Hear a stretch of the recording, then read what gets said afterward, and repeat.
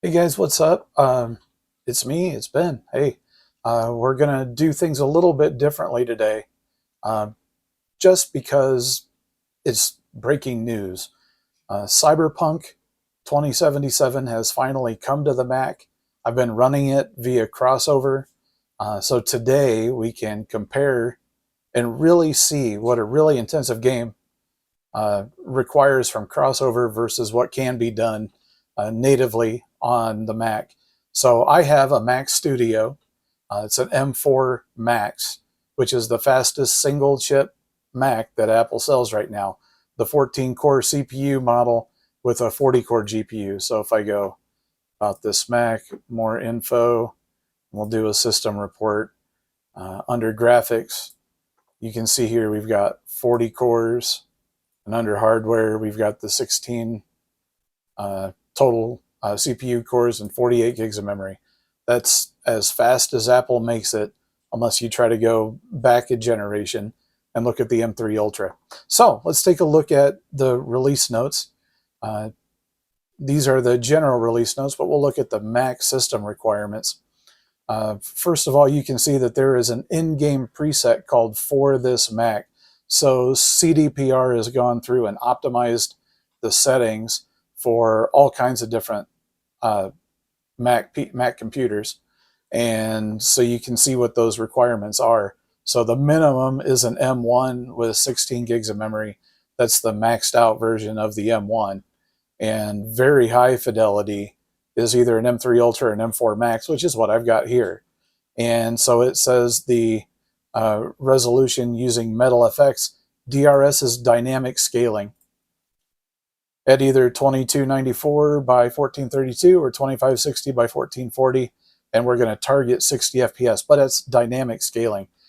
So we're going to test it out. We're also going to look at how it ran in crossover, or how it currently runs in crossover, and see if there's any performance to gain by switching to a native Mac version.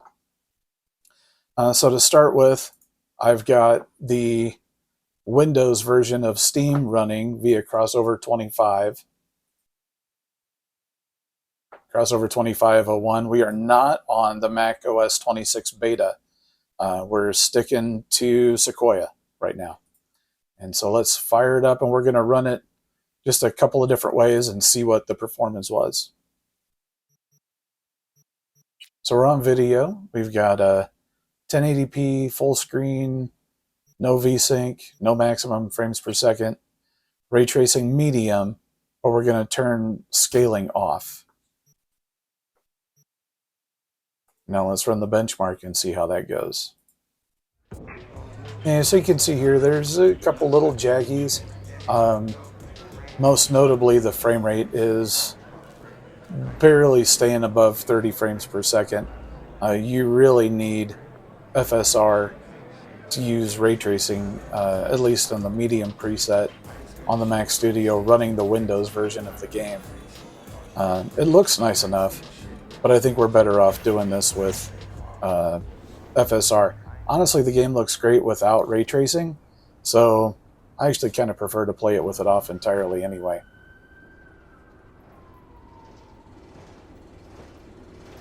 So outdoors in the benchmark scene, you can see the frame rate creeps up a little higher. It's at least steady. There's not a lot of stuttering going on, which would be obvious over here on the right in the metal the HUD that is built into Mac OS.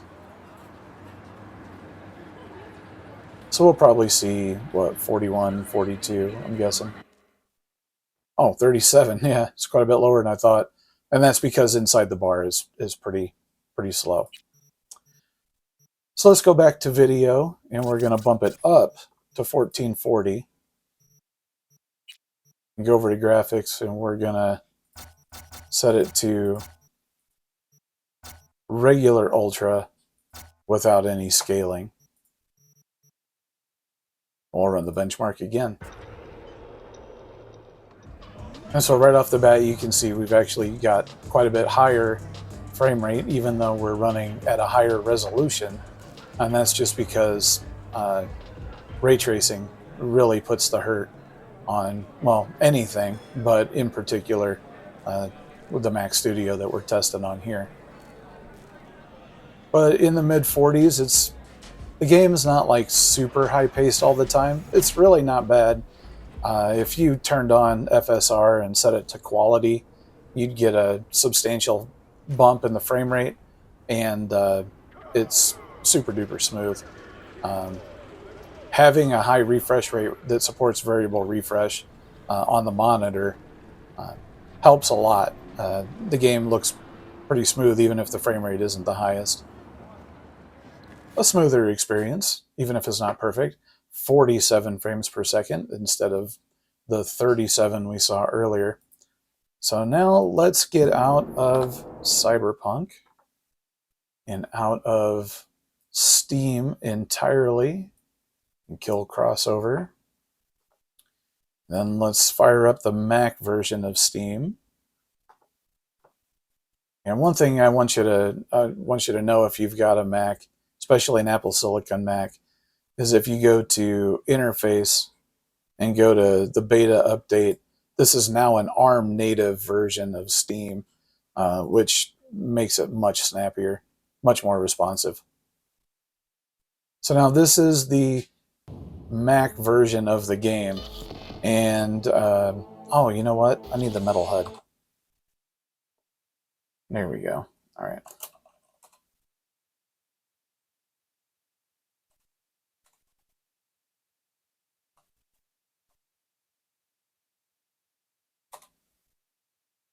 That will hopefully do it.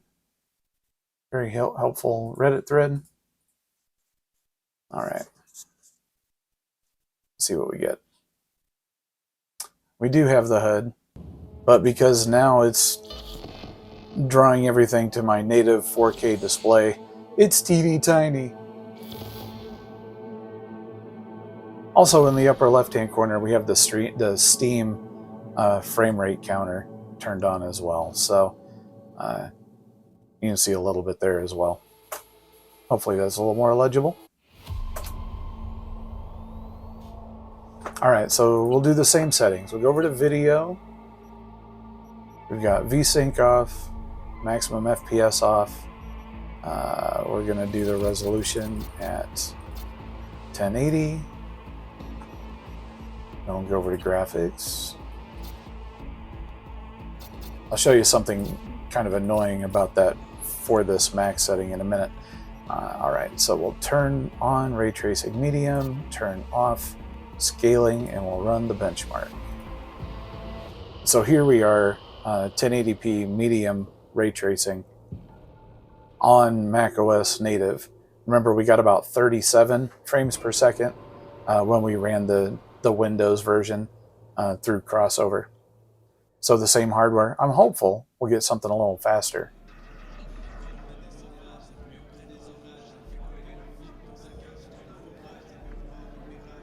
Wow.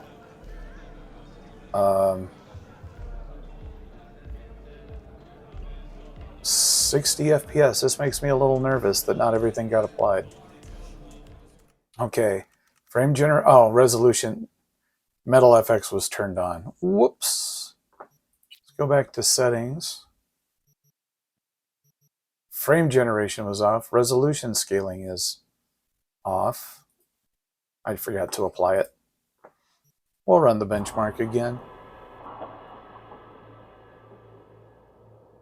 All right, so now we're looking at 1080p with medium ray tracing, no upscaling, no frame generation, no nothing. All right, so performance might be about the same. Remember, we got about 37 frames per second before. Actually, I think this is a little higher because I remember the bar scene being a little bit slower, like closer to just 30 frames per second.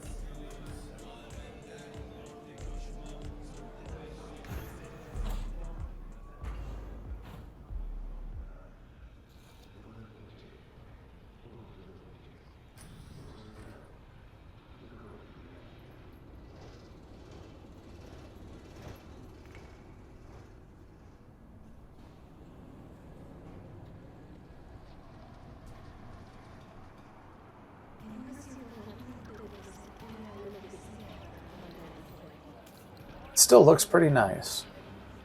Um, just low res. So if you've got a 1080p display, you know, not too shabby. All right, so 39 and a half. It's a little faster, probably about 5% faster. Um, Not something you're really going to notice. That's all right. Now let's go back around to Ultra this time. Turn off Metal FX scaling, but bump the resolution to 1440. And we'll go again. All right, so here's 1440p with no upscaling, just the Ultra graphical setting. It's a little faster in the bar, but not a lot faster than 1080p with ray tracing on. And you know, at 1440p, I think you could turn on some. Sorry to say DLSS. That's not going to happen on a Mac. Turn on some FSR so that you can go to like the quality setting and get quite a bit of performance. And upscaling to 1440p, that's like a native 1080 or something. It would help quite a bit. And so we ended up with a 41. I remember that was at 37 uh, on the Windows version. So around 4 FPS, around 10% faster. Not a huge gain, but there is a gain. There is a gain to be had. So now let's go to graphics, and we're going to bump one over, and it's going to choose for this Mac, and we're going to apply that. Now that does a bunch of things. First of all, it sets all of this for my M4 Max Mac Studio. I think it set this to the Ultra setting without, basically the Ultra setting without any ray tracing. But it also changed the VSync, and it also changed the, well, actually it didn't change the resolution, but it did force VSync at 60 FPS because that's what CDPR is targeting. Uh, Setting a 60 FPS VSync means that the dynamic scaling with Metal FX won't go too low to try to get a really high frame rate. But let's take a look at how that looks at least. Because obviously, hopefully, we don't want a ton of upscaling because you don't want to start with a super low res image. That'll impact image quality quite negatively. But you do want to have a little bit more performance. And so I'll need to take some stills, I think, and go back and look at this later, but this looks pretty good. This is the first time that this game has had actual Metal FX super resolution as opposed to running FSR through crossover. But if you've looked at like the Resident Evil games that Capcom has ported, Assassin's Creed Shadow, those use Metal FX obviously, and the upscaling in those can look pretty good, and that seems to be the case here.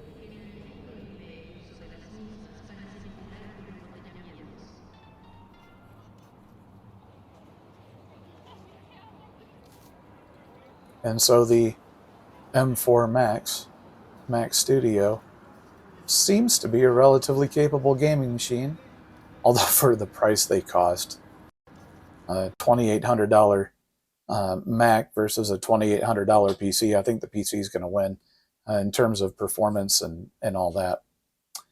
Yeah, so with dynamic resolution scaling, it locked in at 60 frames per second. Honestly, I don't know what I was expecting. And most likely we can go over here and bump this up to the full 4K of my monitor and run that one more time. And we'll probably see I would imagine similar performance and similar image quality, because either way, it's got to drop down uh, the original render resolution in order to upscale it to this high target resolution. And so, yeah, I mean, I think I'm seeing a little bit of judder. Like, so the minimum resolution was set to 50%, which I think is actually one quarter. In other words, I think it's downscaling as far as 1080p and upscaling back to 4K, which is 4 times the pixels. But in layman's terms, it's basically half the vertical resolution and half the horizontal resolution. So there was a little bit of stutter, excuse me, inside the bar. Um, Outdoors, it doesn't look too bad though. So I'm excited to actually play this thing and spend some time with it on my Mac Studio.